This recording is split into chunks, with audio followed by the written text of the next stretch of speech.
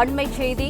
Kidney திருட்டு வழக்கு தொடர்பாக தமிழ்நாடு மருத்துவ மற்றும் ஊரக நலப் பணிகள் இயக்குநர் சித்ரா தலைமையில் தேர்தல் நேரத்தில் விசாரணை நிறுத்தி வைக்கப்பட்டிருந்தால் தொய்வு இல்லாமல் மீண்டும் விசாரணை நடத்த சுகாதாரத்துறை உத்தரவு. இது தொடர்பாக கூடுதல் விவரங்களுடன் இணைகிறார் எமது செய்தியாளர் முனாஃப். வணக்கம், விவரங்களை பதிவு செய்யலாம்.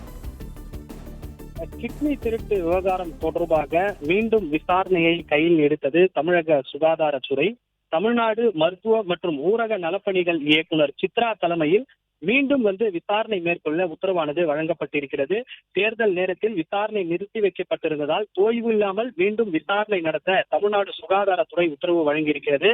குறிப்பாக கடந்த திமுக ஆட்சியில் நாமக்கல் மாவட்டம் பள்ளிப்பாளையம், திருச்சி மற்றும் ஈரோடு அதை சுற்றியுள்ள மாவட்டங்களில் ஏழை தொழிலாளிகளை குறிவைத்து கிட்னி திருட்டில் ஈடுபட்டு சட்டவிரோதமாக விற்பனை செய்யப்பட்ட அந்த சம்பவம் அதிர்ச்சியை ஏற்படுத்தி வழக்குகள் பதிவு செய்யப்பட்டு 3 கைது செய்யப்பட்டனர்.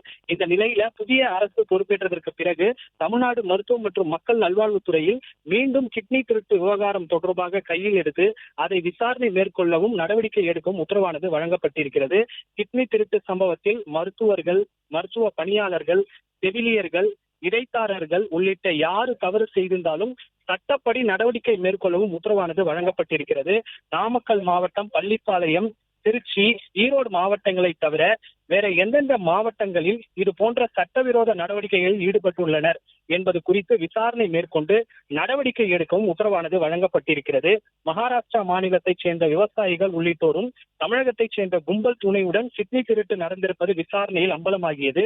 இது குறித்து மகாராஷ்டிரா மாநில சிறப்பு புலனாய்வு குழு போலீசார் திருச்சியில் சில நாட்கள் முகாமிட்டு விசாரணை நடத்தியுள்ளனர். இதன் தொடர்ச்சியாக இந்த விவகாரம் தொடர்பாக தமிழ்நாடு சுகாதாரத்துறை சிறப்பு குழு அமைத்து விசாரணையானது தொடங்கியது. அதன்படி திருச்சி பெரம்பலூரில் உள்ள தனலட்சுமி சீனிவாசன் மருத்துவக் கல்லூரி, தனியார் மருத்துவக் கல்லூரி, அதே போல திருச்சியில் உள்ள சிதார் மருத்துவமனையில் சம்பந்தப்பட்ட அந்த சிறுநீரக மாற்று அறுவை சிகிச்சை செய்வதற்கு தடை விதிக்கப்பட்டு அரசு உத்தரவானது வழங்கப்பட்டிருந்தது. இந்த நிலையில இந்த விவகாரம் தொடர்பாக புதிதாக பொறுப்பேற்றுள்ள புதிய அரசு மீண்டும் கையில் எடுத்து சம்பந்தப்பட்டவர்கள் யாராக இருந்தாலும் அவர்கள் மீது கடும் சட்ட நடவடிக்கை எடுத்து கைது செய்யவும் சுகாதாரத்துறை முடிவு செய்திருக்கிறது. மேலும் பாதிக்கப்பட்டவர்கள் இன்னும் எத்தனை பேர் சிறுநீரக மாற்று செய்து உள்ளனர், எங்கெங்கே இது போன்ற சம்பவம் நடைபெற்று இருக்கிறது என்பது குறித்து தீவிர விசாரணை மேற்கொண்டு நடவடிக்கை எடுக்க தமிழக சுகாதாரத்துறை தற்போது இந்த முயற்சியில் ஈடுபட்டிருக்கிறது.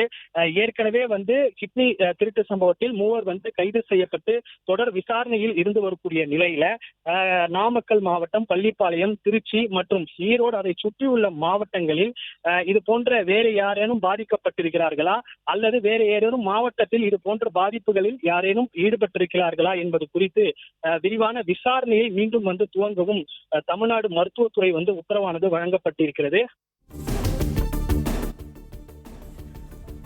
பிளே ஸ்டோர் மற்றும் ஆப் ஸ்டோரில் இருந்து பாலிமர் செயலியை QR கோடு மூலம் பதிவிறக்கம் செய்யுங்கள். செய்திகளை உடனுக்குடன் பெறுங்கள்.